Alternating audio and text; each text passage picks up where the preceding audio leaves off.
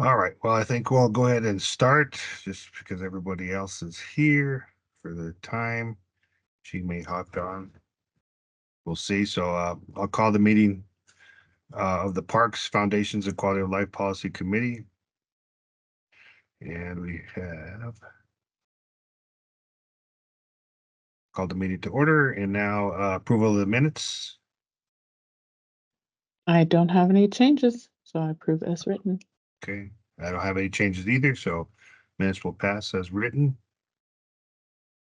Then we'll go on to agenda item 4A, the Universal Preschool Colorado Program Service Agreement. Good morning. How are you all today? Doing well, thank you. Good, thank you. Good. I'm here to present on the preschool program. It's our UPK program. And this year they're doing the intergovernmental agreement. So I would like to kind of explain our preschool program and then talk a little bit about the agreement as well.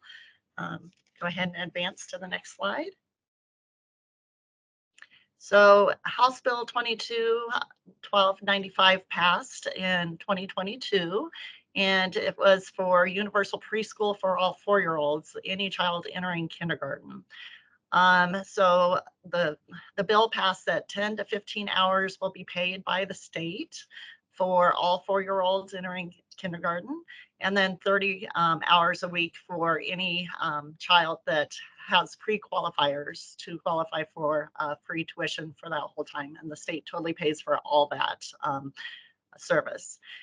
They're doing a mixed delivery system, so each school has the option to do 10, 15, or 30 hours, depending on what works accordingly to their system. We have licensed programs here with the city of Aurora. We have 5 programs that run throughout the whole city, so spread throughout different areas, different locations. Next slide.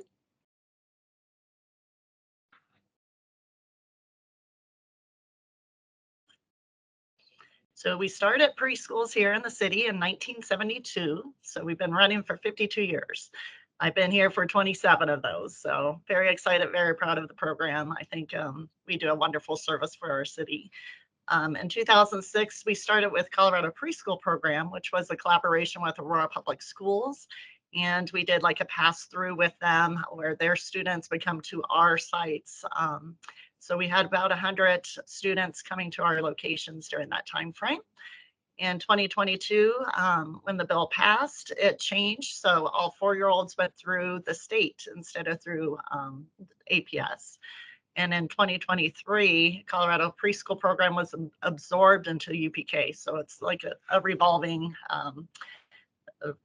door of how preschool is elevating to this next step.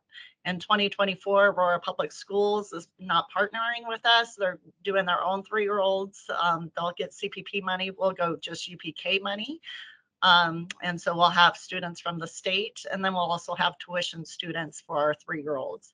And then we do 10 and 15 hours that are paid through the state. We have 2 sites actually this year that will do the 30 hours. So those students will have to qualify for a full day program for the 30 hours. If they don't, they will get the state funding for the 15, and then the next 15 will be tuition based for those parents. Next slide. So our budget for 2023, we made over $1 million, and our expenses was 1.1K. So we had the cost recovery of 99%. In 2024, we estimate that we're going to be at 1.2 million, and expenses are about $1 million for next year, with a cost recovery of 112%. A very successful program. Next slide. 2023, 2024, so this current school year, we have approximately 400 preschoolers in our programs during the school year, as well as some summer programs that we run.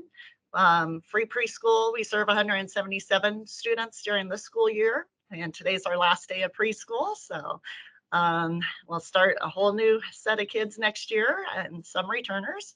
We have over $1 million in revenue, which I just explained, and then we have 7 full-time staff and 30 VH&E staff that run our programs. And all five sites are level 4s or level 5s with Colorado Shines. And that means that we go through a quality rating above and beyond what is required by the state for this program, for the UPK program. They are going to eventually move into that program. It just means that we're one of the best providers in the state at a level 5, especially meaning that we hit all qualifiers at exceptional rates. Next slide. In 2024, 2025, we're looking at offering 176 UPK slots and 48 tuition slots over all 5 locations. Again, a mixed delivery of 10, 15, and 30 hours. Slots allocated are fluid to optimize enrollment because we are here for our community and we want to make sure we get all the children in that we can into our seats. And again, we're not partnering with APS. We'll be going solely into the UPK program, which this proposal is about. Next slide. So the intergovernment agreement is new this year with UPK. Last year was our inaugural year with UPK, and they didn't have this agreement, but this is an agreement between us and the state of Colorado. It's a pass-through grant, funding, that will allow them to pay us directly, and we work directly with them. So you'll see in your packet that there's an agreement. Tim Joyce, our city attorney, has reviewed it, and we took out the identification clause that was in there. Other than that, he has approved it. Any questions? Thank you, Donna. Councilmember Murillo, any questions? No questions. I'm, always happy to see more educational access, and I like the disclosure component that was removed. Thank you. Councilmember Coombs? Yeah, no questions from me. Just thank you all for working on this and helping our community members to get access to this program. Thank you. So I do have to ask the question, do you approve us moving this forward to city council? Yeah, I'll bring yeah, that up.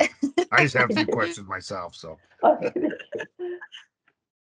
Yeah, no, thanks, Donna, for everything. I know you've done a great job, prior to me being there as well. And the program is very dear to myself in the sense that I worked with the CPP program myself and was an ECE director at a YMCA, and so I'm very familiar with the program, and I'm glad to see it evolving, and you're getting more people, young people in there, and opportunities for you and your staff as well, and keeping everything up and up. So I appreciate that. So make sure your staff know that they got our support, and the rest of the council members, are we all good to go ahead and move this forward? Yes. Okay. Yes. And Thank there you you all. go. Thank you. Appreciate it. Thank you. All right, we'll move on to 4B, Pros Recreation Center Youth Age Restrictions and Unattended Youth Policy. All right, that's me again.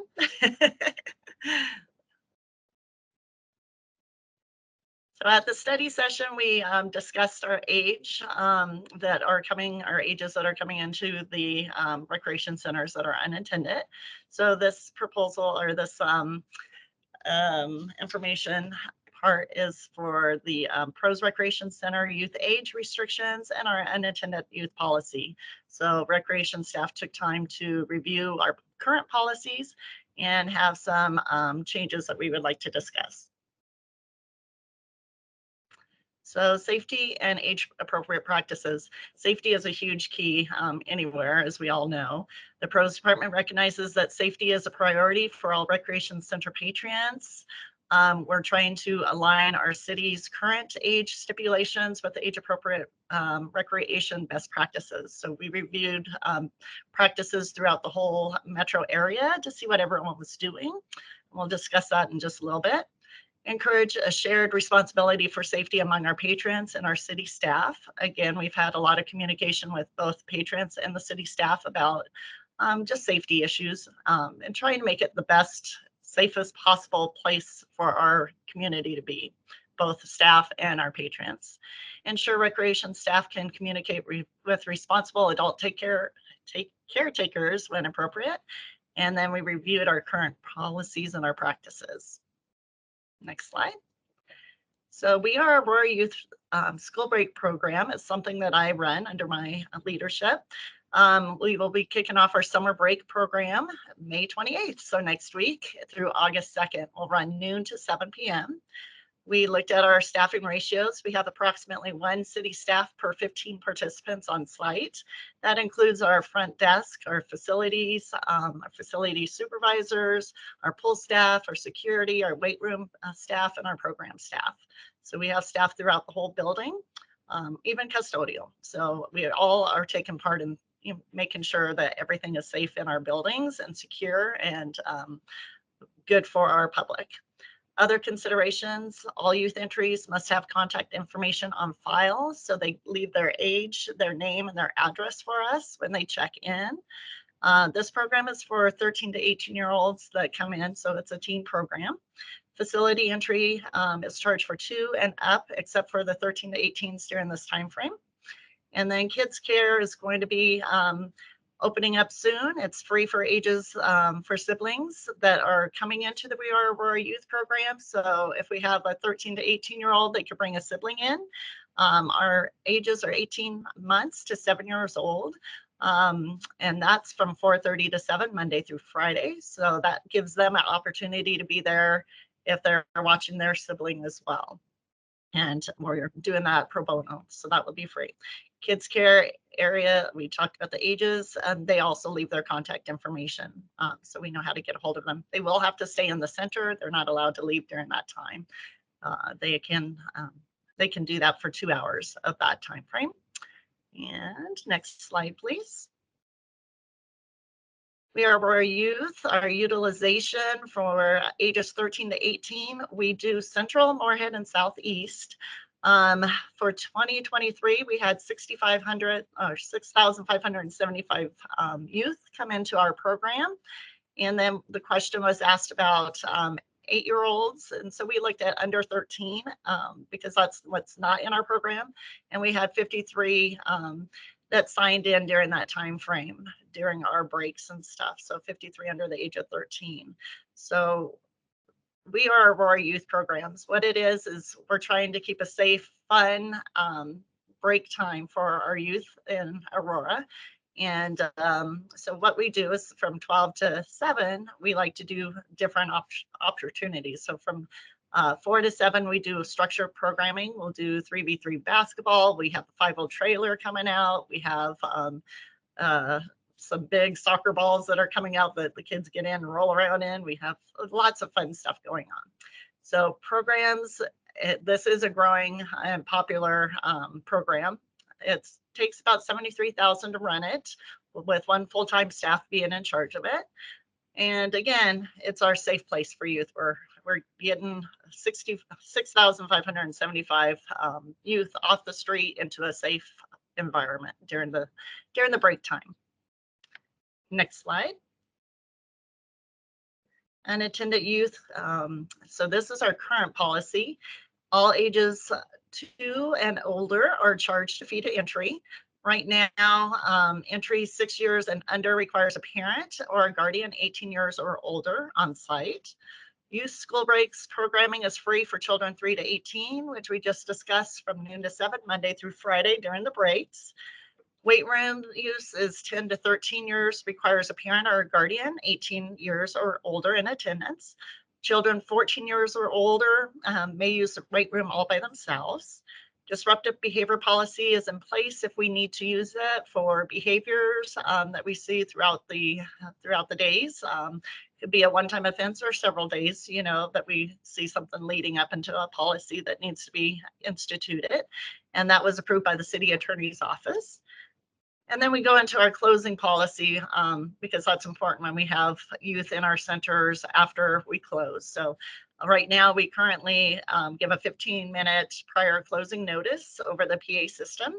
And then we do a 15-minute grace period after closing for their parent or guardian to come. And then after 30 minutes, if we see a youth is in distress because nobody is there to pick them up, we will call Aurora Police Department and stay with them. Again, we want to make sure that they're comfortable. That's really important with our community. Next slide.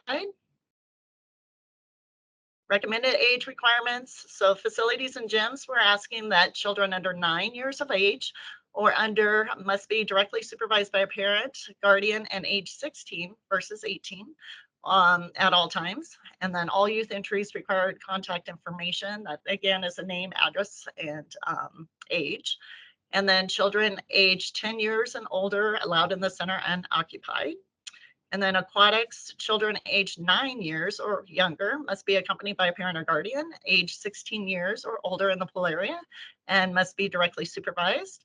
And then children aged 6 years or under must always be within arm's reach of an adult or guardian age 16 or older. That has not changed. Life vests are available upon request. That has changed. We are providing that as well. Weight room has must be 14 years or older to in the area and occupied or unaccompanied. Age 10 through 13 years must be accompanied by someone 18 years or older, and no one under 10 is allowed in the weight room. And cardio has not changed. For fitness, must be 16 years to participate in adult group fitness. So next slide. Unattended youth and closing policy.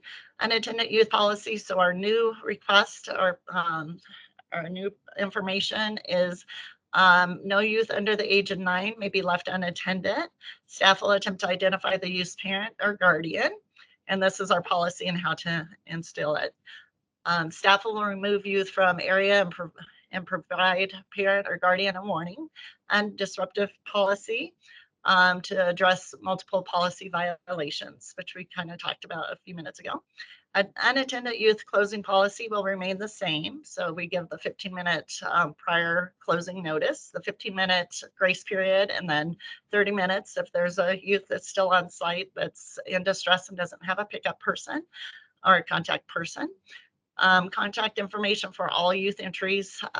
New is initiate education campaign for parents. So with the changes, of course, we have to notify parents and notify the youth. And so this will be a gradual, going into it and doing a campaign, making sure that parents know our changes. First time entry without information, staff will make requests to a child. Staff will refuse service after repeated attempts to gain contact information. So a nice bonus to that, and just a little segue into that, of how my staff is really working to make this a smooth transition is the Bronco funding. Coombs allowed, or I want to say Coombs allowed us $10,000 for entries into the rec center. So we're going to use daily passes. So they'll get a daily pass the first couple of days as they come in and give us their contact information. So it's kind of like a little bonus and a nice little come back after breaks are over. We want to still see you in our programs. So it's helping with that piece of everyone wants a little give back. So it's kind of nice to get something back to our public. Next slide. Any questions from our committee members? Does the City Council Policy Committee members support changing entry age requirements and related policies as recommended by the PROS staff? Thank you, Donna. Councilmember Coombs? Yeah, so I definitely had a couple of questions related to the 10 to 13-year-olds. If they're able to be on site unattended, then why is there not an inclusion of them in the free entry? I know there's also some structured programming that might be not fully age appropriate for them, right? It might be a little hard for them to play basketball with older teens or things along those lines. And certainly they can't go in the weight rooms. But I wonder if that's creating a gap. I know we've heard a lot from our courts about the 13 and under with respect to kind of at-risk behaviors and difficulty finding opportunities for supporting those youth that are demonstrating at-risk behaviors in that 10 to 13-year-old age range. Good Maybe, question. Donna, would you mind if I took this one? Go ahead, Brooke. Yeah, and I would say there's not a reason why not, why they're not there. It's that when this program was originally set up, and it was recommended by Councilmember Marcano, that was the age that he was recommending at the time. So I can't really say, respond to why are they not there? It was the focus that we were given at the time, if that makes sense. Yeah, absolutely. I just wonder if we can look at what would be the fiscal note for expanding. It looks like it's not a large number of participants in that age range thus far anyway, but I wonder if part of the reason for that is the cost aspect. So if we could look at what might be the cost in terms of kids that are attending programs during school breaks that are in that 10 to 13 age range. We can do that. Yes, we can do that. And then my other question is around the 8 to 10-year-olds who obviously need to have someone attending them. Would it be possible? I know, like, certainly in my experience, when I was younger and my sister was in that 13 to 14-year-old age range, I would go places with her when I was a kid. And so I wonder why the age is 16 for those 8 to 10-year-olds and whether that might also deter some of our kind of 13 to 16-year-olds also from participating in the program, since those kids are too old for the kids' care, but also have to be attended by an older youth if they're coming to participate in or coming to be at the rec center. Yeah, again, we would have to look at the cost of programming for those younger kids and how we would, staffing. We do have, as Donna said, the kids care at Central that we're getting ready to open, and that was our hope that would help eliminate the barrier for some of the younger children, and that it would be free during that time frame. Certainly, there is a limit of number of kids, the younger kids you can take into that area, and we would have to look at Central, or not Central, Southeast is the only other area where we have a very small kids care area. So if we were to, that would be developing more program. If we were to bring in the younger siblings, we'd have to develop more programming. It'd be additional cost, and we would have to look at if we have areas to accommodate the younger group as well. Does that Yeah, answer so your no, I'm not question? asking if we can include the 8 to 10s in the kids' care. I Mhm. understand, right? Like, that's also probably not age appropriate for them. It's a little bit of a Right. weird Right. age for them. It's more so, can their siblings who are under 16 be permitted to attend with them? Again, of course, provided that parents are including their contact information, and if there are any issues, that parents are still going to be contacted. I do think that's a very important issue that was raised in the previous discussion, is we want to make sure folks aren't leaving their children with no way to contact them.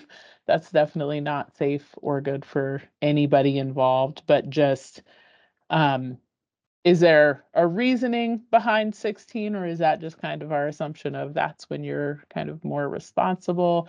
And would there be any ability to consider some slightly younger, not too young, but like younger kids that are in the age range where they're already often providing babysitting, that we might be able to look at them for attending their younger siblings? We would have to look for some age appropriate programming for them and have a discussion with staff, but we can look at it. And I do have licensed programming that runs from 5 to 12-year-olds at all sites that this runs.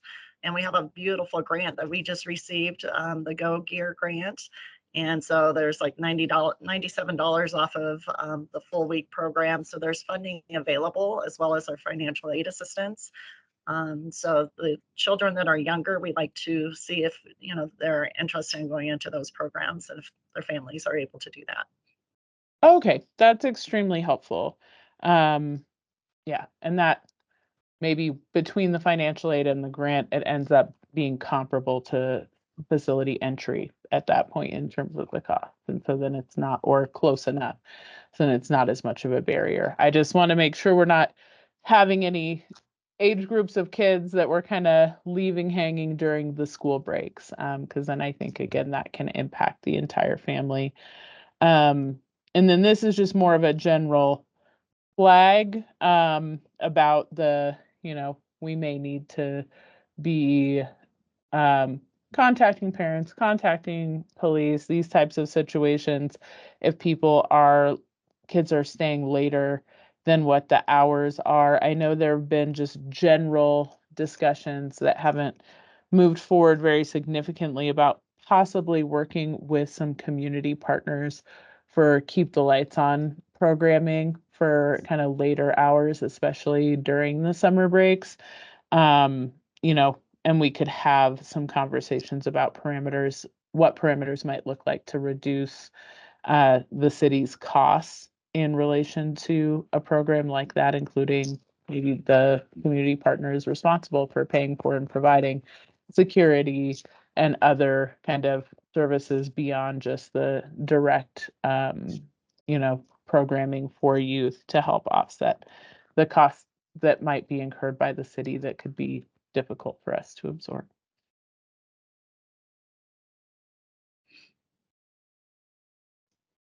We'll take that recommendation as well and look into that as well.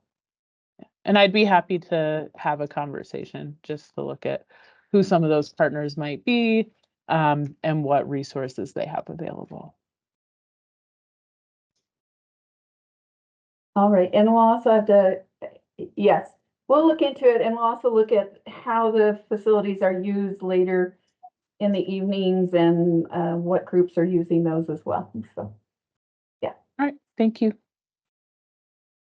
All right, thank you, Councilmember Coombs. Councilmember Murillo. Thank you, Councilmember Medina. Yeah, I just want to echo that last point. My biggest question or area of question was the policy to contact APD, right? I just, you know, I know we have to try to balance things, but if we're, you know, stuff happens, you know what I mean? Sometimes, you know, parents forget, or, you know, a shift goes late. And then if we're just automatically contacting police, I have a little bit of concern there. So I like Councilmember Coombs's idea to perhaps partner with another organization to maybe create a bit of a softer landing. You know, I guess that was one of my thoughts. I think also just from a capacity and a cost perspective from our department, we hear time and time that there isn't enough, we're understaffed, and that you know, there are other calls for service that will be prioritized. I don't know where this falls in that spectrum of priority calls for APD, but if it's a lower priority and they're called, are they gonna show up anyway? And I'm curious about the cost for a police response. I don't know the volume of that y'all are looking at, or if this is a significant issue, if it's a minor issue. I think the scale also plays into my thought process. But if there's a lot of youth that are in this 30-minute window, I wonder how much. I'd like to know what that cost would be for a response, and what level of priority call that would be, as opposed to, you know, the suggestion that Councilmember Coombs made around maybe partnering with a third party for a alternative, just trying to help problem solve on that end. So that was my biggest thing. The other Well, let me pause there. If you have any questions, Brooke or anyone, I'm happy to clarify. So I would just like to say calling the police is like the last extreme and stuff. I think I've only had to call the police twice in my whole career. And both times we could not get a hold of any emergency contacts. We had them call everyone that they could in their phone, that kind of thing. And we stay with them. So it's not our first go-to. It's our very last go-to because we never, that's a heightened step. So we don't want to go there. So staff will stay. As long as we have people that we know are coming. Again, it's not just stress. I've had 2 situations in my whole career that, something has happened to the parent or the grandparent who was supposed to pick up. So those are extremes.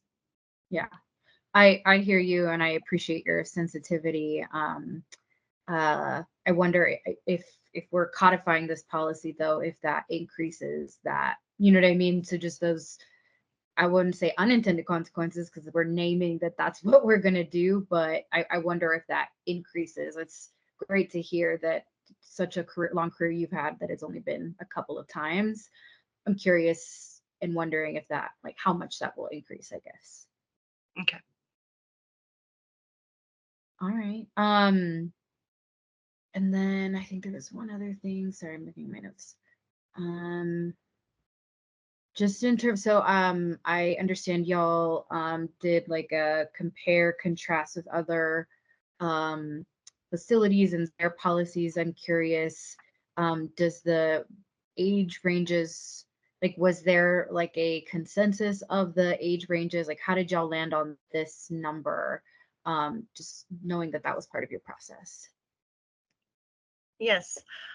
So yes, we looked at a whole bunch of different municipalities, like I said. So we were the youngest at 7, and then there was 8 at 5, or 5 at 8, 2 at 9, 4 at 10, 2 at 11, 5 at 12, and 1 at 13. So looking at the mean, 10 was in the middle of what everyone was doing. And then we looked at that was 5th graders. So thinking that 5th graders are very, very, their minds are a little bit stronger of what to do, what not to do, the safety element, and that kind of thing. And so that's kind of where we landed on the 10-year-olds. Gotcha. Okay. I think that's it for me, Councilmember Medina. Thank you, Councilmember Murillo. Yeah, I've just got a couple things I think hopefully it'll clarify a little bit. Donna, when you say you call the police, is it more, I know that at the Y, having done this before, it's generally human services is who they generally call, is basically who that generally is. I mean, police are part of that contact, but the other piece of that too, I think, is around education, how you educate the parents on that. And I think it's just maybe sending a pamphlet home explaining the process, right? If you're late, here's the steps that happen, and just so that people have a little bit more clarification. Because I know this policy we've had at the YMCA as well for decades. And to Donna's point, Councilmember Murillo, I've done this too, and in my lifetime of doing that too, they're very far and few between. Uh, it does happen, but they're usually circumstances that, the parents had an accident or something major happened, and that was, kind of the last thing that they thought about. And yeah, generally staff stay there until things get rectified. Either they get a contact or, so the child's not kind of left by themselves. They've kind of, there with somebody that they're at least familiar with staff wise. So that's kind of that on that. Yeah, and the 16-year-olds, as far as taking care of siblings, I mean, I've done that when I was at Moorhead as well, and it just seems to be an age, I know it takes a little bit of from the 16-year-old to be kind of the parent, right? But we have to have somebody that's a little bit, have some faculties and make some judgment calls as well.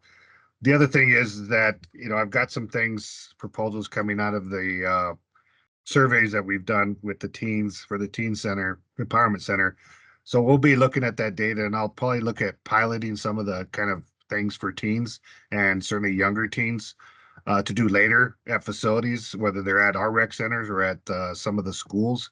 So that is in the works that we'll be looking at to kind of accommodate those age groups too, so that they have a place that's kind of more conducive to them and the age groups that they're a part of. So Yeah, and like I said, I think most of the policies there are pretty standard, I would say, across the board, having come from a system of that as well. And so, I think, certainly we could tweak a lot, and, we could do a lot more programming, I guess is what we're saying. Like, we program generally to 12 in the city, and in most areas, we kind of leave a gap between that 13 plus.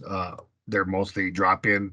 They're not generally, organized or things of that nature. So that's kind of why I'm looking to hopefully fill that void with those age groups there, to create a center that they can go to and have those amenities for them specifically. So, but again, thank you all for the research and due diligence there and getting that information. And I'll throw it out to all the rest of the committee members. Are you guys good at these changes, and do we recommend moving this forward?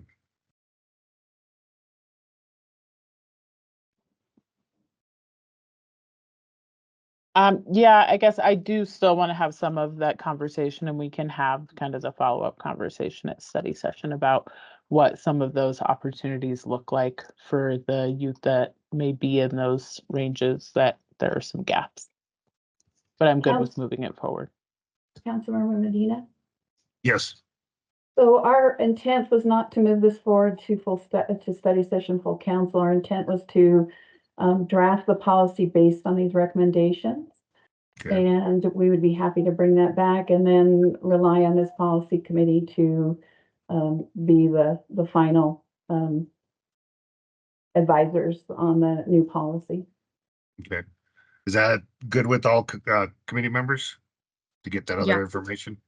Yep, absolutely. Thank you. All right. Thank you. Thank you. So that's the recommendation then. Thank you all.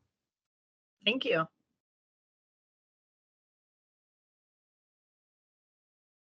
All right. Now we will move on to 4C, Memorial Park, Arapahoe County Open Space Funding Reimbursement. That's Nicole. Good morning, everyone. My name is Nicole Ankeny, and I'm the manager of planning, design, and construction for PROS. So thank you for allowing me to speak today. As Councilmember Medina stated, we are going to be discussing Memorial Park, which was formerly part of Spring Hill Park. And this is regarding the Colorado Freedom Memorial and the required Arapahoe County Open Spaces funding reimbursement. Next slide, please. So the vast majority of buildings are not an allowed use of Arapahoe County Open Spaces shareback and grant funds. Essentially, there is an Arapahoe County resolution and then an IGA that was signed in 2022 between the city of Aurora and the county, identifying the parameters around the usage of these funds. Since the shareback and grant funds utilized for the land under the Future Visitors Center and any previously constructed amenities must be reversed from a non-Arapahoe County source back into our PROS Arapahoe County funds for use on the Spring Hill Park or other sites. So the reimbursement of these funds would occur through the standard annual CIP budget process. And the county requires this process and these funding amounts to be shared not only with city council, but during the public and hold a public hearing. The county wants to ensure that the public has an opportunity to speak on this funding transaction. After the public hearing, PROS staff will then seek final approval of the funding reimbursement by the Arapahoe Board of County Commissioners. Next slide. So to give you an overview of those funding costs, the grand total of this reimbursement is $338,350. That is split into two portions. One is land acquisition costs. This parcel, which is now called Memorial Park, is about 5.5 acres in size, and we purchased that back in 2005.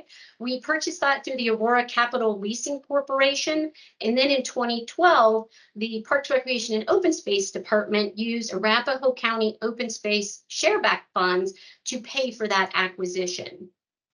So the overall footprint of the visitor center is about 19% of the site, and that does include the new parking lot. So we have had many discussions with Arapahoe County Open Spaces staff. And with that, we are proposing that 88,350 would be required to be reallocated. That is the overall share. We looked at both the land valuation as of today, as well as the land valuation in 2005 when it was originally purchased. Ironically, the numbers are nearly identical. So in our collaboration with the county, they have agreed that this is an adequate amount for the reimbursement.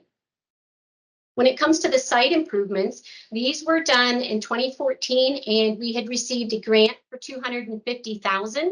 The improvements that we did included the restroom, the picnic shelter, some sidewalks, site furnishings, and some associated landscaping.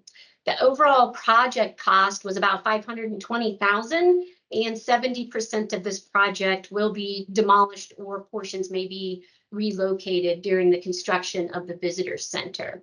So through this process and collaborating with Arapahoe County, we agreed that the full grant amount of $250,000 should be reimbursed to that Arapahoe County Open Space Fund. And then we will utilize these funds to replace these assets in another location. So likely Spring Hill Park to the north, but the specifics of that are to be determined. Next slide, please. Just wanted to provide some images of the features that will have to be either demolished or relocated. After some research, we determined that the CXT restroom seen here on the right, we are unable to relocate that for a reasonable cost. It would be so close to the amount of a new restroom that it did not make any sense to relocate that. We are still evaluating the picnic shelter. We are working with a structural engineer to determine if that can be relocated. If we can relocate, it is still in good condition. However, the manufacturer, which is Polygon, has indicated that it wasn't really designed to be disassembled. So we are investigating whether or not that can be saved and relocated, or whether or not we'll have to pursue a new shelter. Next slide. So do you all have any questions before we move on to the question before you? Thank you for the presentation. Councilmember Coombs.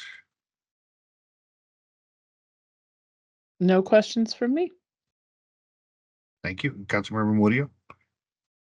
Yeah, seems pretty straightforward. No questions on my end. And for me as well. So we're good to go. Okay, next slide, please. Then for the official question of the committee, does the Parks Foundations and Quality of Life Committee support the advancement of the Arapahoe County Open Spaces funding reimbursement to City Council for consideration and a public hearing? Yes. Yes. Yes. All right. There you go. Thank you you. much. Appreciate it.